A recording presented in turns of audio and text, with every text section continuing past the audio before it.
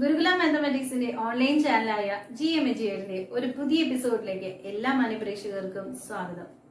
നമ്മുടെ ഇന്നത്തെ വീഡിയോയിൽ ഉൾപ്പെടുത്തിയിട്ടുള്ളത് ലോക പ്രശസ്തി നേടിയ ഭാരതത്തിൽ ജനിച്ച ഗണിതശാസ്ത്രജ്ഞയായ ഒരു വനിതയെ കുറിച്ചാണ്. നിങ്ങൾക്ക് ഊഹിക്കാൻ കഴിയുന്നുണ്ടോ ആരായിരിക്കും അത് എന്ന്? ഹ്യൂമൻ കമ്പ്യൂട്ടർ അല്ലെങ്കിൽ മനുഷ്യ കമ്പ്യൂട്ടർ എന്ന പ്രസിദ്ധി നേടിയ ശകുന്തള ദേവിയെ കുറിച്ചാണ് നമ്മുടെ ഇന്നത്തെ വീഡിയോ. ഒരിക്കൽ കൂടി എല്ലാ മാന്യപ്രേക്ഷകരെയും വീഡിയോയിലേക്ക് സ്വാഗതം ചെയ്യുന്നു.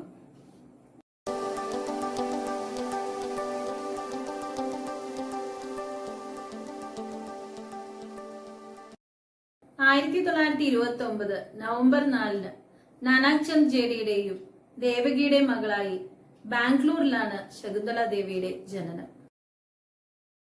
അച്ഛൻ ഒരു സർക്കസ് കായിക താരമായിരുന്നു. ട്രപ്പീസ് വലിച്ചു മുറുക്കിയ കയറിലൂടെയുള്ള നടത്തം, പീരങ്കിയിൽ മനുഷ്യയുണ്ടാവുക, അങ്ങനെ ചില പ്രത്യേക ഐറ്റംസ് ആണ് അദ്ദേഹം സർക്കസിൽ ചെയ്തിരുന്നത്. ബാംഗ്ലൂരിലെ ഒരു പൂജാരി കുടുംബത്തിലാണ് അദ്ദേഹം ജനിച്ചത്. ശാന്തിപ്പണി ചെയ്യില്ല എന്ന് വിപ്ലവമുണ്ടാക്കി വീടും നാടും വിട്ടുപോയി പിന്നെ ചെന്ന് എത്തിപ്പെട്ടത് ഒരു സർക്കസ് കൂടാരത്തിലായിരുന്നു. നാനാക് ചന്ദ് ഒരു സകലകലാവല്ലഭനായിരുന്നു. കാണികളെല്ലാം പിരിഞ്ഞുപോയി കഴിഞ്ഞാൽ ശകുന്തളയെയും കൂടാരത്തിലുള്ളവരെയും ചീട്ടുകൊണ്ടുള്ള മാന്ത്രിക വിദ്യകൾ കാണിച്ച് അദ്ദേഹം അത്ഭുതപ്പെടുത്തുമായിരുന്നു. തന്റെ തരികിട വിദ്യകളൊന്നും ശകുന്തളയ്ക്ക് മനസ്സിലാകുന്നില്ല എന്നതായിരുന്നു അച്ഛന്റെ ധാരണ. എന്നാൽ അത് തെറ്റായിരുന്നു. 3 വയസ്സ് മാത്രം പ്രായമുള്ള ശകുന്തള ദേവി ചീട്ടിലെ നമ്പറുകൾ ഹൃദിസ്ഥമാക്കാൻ തുടങ്ങി. അങ്ങനെ അദ്ദേഹം ഒരു തീരുമാനമെടുത്തു. ഈ തമ്പിനുള്ളിൽ കഴിച്ചുകൂട്ടാനുള്ളതല്ല തന്റെ ജീവിതമെന്നും അതിനൊരു പ്രത്യേക ലക്ഷ്യമുണ്ട്. അത് ഗണിതശാസ്ത്ര പ്രതിഭയായ തന്റെ മകൾക്ക് വേണ്ട പ്രോത്സാഹനം നൽകുക എന്നതായിരുന്നു ആ അച്ഛന്റെ ലക്ഷ്യം. തെരുവുകളിലെ പ്രകടനത്തിലൂടെയായിരുന്നു അതിന് വഴി കാണിച്ചത്. ഔപചാരികമായ വിദ്യാഭ്യാസമൊന്നും ലഭിച്ചിട്ടില്ലാത്ത ശകുന്തള ദേവി സ്വയം അഭ്യാസത്തിലൂടെ തന്റെ കഴിവുകൾ വളർത്തിയെടുത്തു. 6-ാം വയസ്സിൽ മദ്രാസ് സർവകലാശാലയിൽ ശരവേഗത്തിലുള്ള കണക്കുകൂട്ടലും ഓർമ്മശക്തിയും എല്ലാം തെളിയിച്ചു. 8-ാം വയസ്സിൽ അണ്ണാമല യൂണിവേഴ്സിറ്റിയിലും ഇത് തന്നെ അവർ ആവർത്തിച്ചു. കുട്ടിക്കാലത്ത് മാത്രം ഒതുങ്ങി നിന്ന ഒന്നായിരുന്നില്ല അവരുടെ കഴിവുകൾ. വളരെ ചെറുപ്പത്തിൽ കുട്ടികൾ പാവകളും മറ്റും ഉപയോഗിച്ച് കളിക്കുന്ന സമയത്ത് നമ്പറുകളായിരുന്നു അവരുടെ കളിപ്പാട്ടം. സ്കൂളിൽ പോയി തുടങ്ങുന്നതിന് മുമ്പ് തന്നെ അവർ കണക്കുകൾ കൂട്ടാനും കുറയ്ക്കാനും ഹരിക്കാനും മനസ്സുകൊണ്ട് പഠിച്ചു കഴിഞ്ഞിരുന്നു. അങ്ങനെ ചുറ്റുമുള്ളവരെ അവർ അത്ഭുതപ്പെടുത്തിക്കൊണ്ടേയിരുന്നു. 1944 ശകുന്തള ദേവി അച്ഛനോടൊപ്പം ലണ്ടനിൽ പോയി. 50കളിൽ അവർ യൂറോപ്യൻ പര്യടനം നടത്തി. അന്നത്തെ കാലത്ത് നടന്ന ഒരു സംഭവമാണ് ഞാൻ പറയാൻ പോകുന്നത്. 1950 BBC വെച്ച് നടന്ന ഒരു സംഭവമാണിത്. അവിടെ അവതാരകനായി വന്ന ലെസി മൈക്കൽ അവർക്ക് ഒരു സങ്കീർണ പ്രശ്നം കൊടുക്കുകയും വളരെ വേഗത്തിൽ തന്നെ ശകുന്തള ദേവി ഉത്തരം കണ്ടെത്തുകയും ചെയ്തു. ഇത് അവിടെ ഉണ്ടായിരുന്ന കമ്പ്യൂട്ടറിൽ നിന്നും വളരെയധികം വ്യത്യാസം കാണിച്ചു. കമ്പ്യൂട്ടറിന് ഉത്തരം തെറ്റി എന്നായിരുന്നു ശകുന്തള ദേവി ചൂണ്ടിക്കാട്ടിയത്. എന്നാൽ അന്ന് ആരും അത് വിശ്വസിച്ചില്ല. പക്ഷെ പുനഃപരിശോധന മനസ്സിലായി ശകുന്തള ദേവിയുടെ ഉത്തരമാണ് ശരിയെന്നും കമ്പ്യൂട്ടറിന് തെറ്റുപറ്റിയെന്നും. ഇത് വളരെയധികം ലോക പ്രശസ്തി നേടി. അതിനുശേഷമാണ് അവർ ഹ്യൂമൻ കമ്പ്യൂട്ടർ എന്ന പേരിൽ അറിയപ്പെടാൻ തുടങ്ങിയത്. ഗണിതശാസ്ത്ര പ്രതിഭയായ ശകുന്തള ദേവിയുടെ വിധി തന്നെ മാറ്റിമറിച്ച മറ്റൊരു സംഭവമാണ് ഇംപീരിയൽ കോളേജിൽ വെച്ച് നടന്നത്.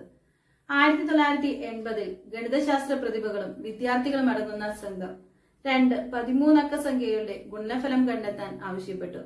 28 സെക്കൻഡ് കൊണ്ടാണ് ശകുന്തള ദേവി ഇതിന്റെ ഉത്തരം കണ്ടെത്തിയത്.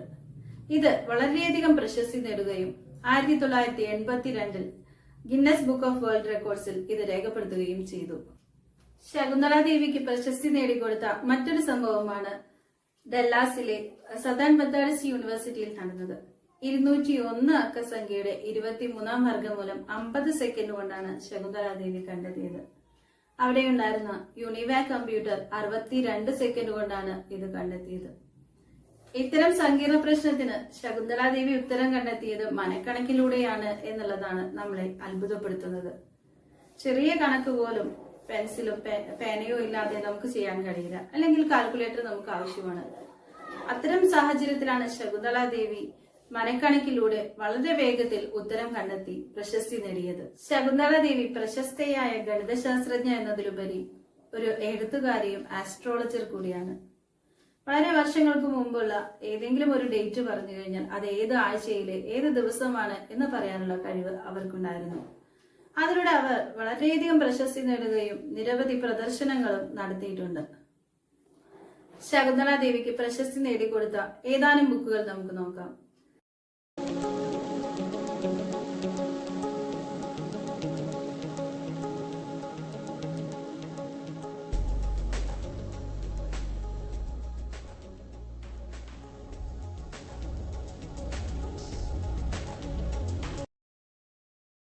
ശകുന്തള ദേവിയുടെ പ്രശസ്തമായ ബുക്കായ ദ വേൾഡ് ഓഫ് ഹോമോസെക്ഷൽസ് എന്നത് ഇന്ത്യയിലെ തന്നെ ഹോമോസെക്ഷാലിറ്റിയെ കുറിച്ചുള്ള ആദ്യത്തെ സമഗ്ര പഠനമാണ്.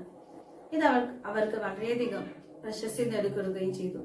കുട്ടിക്കാലത്ത് മാത്രം ഒതുങ്ങി നിന്ന ഒന്നായിരുന്നില്ല അവരുടെ കഴിവുകൾ. വളരെ ചെറുപ്പത്തിൽ കുട്ടികൾ പാവകളും മറ്റും ഉപയോഗിച്ച് കളിക്കുന്ന സമയത്ത് നമ്പറുകളായിരുന്നു അവരുടെ കളിപ്പാട്ടം.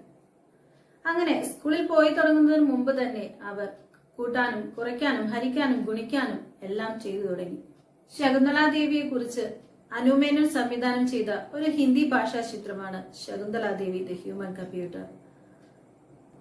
സങ്കീർണ പ്രശ്നങ്ങൾക്ക് വളരെ വേഗത്തിൽ ഉത്തരം കണ്ടെത്താനുള്ള ശകുന്തള ദേവിയുടെ കഴിവ് എല്ലാവർക്കും മനസ്സിലായി എന്ന് കരുതുന്നു.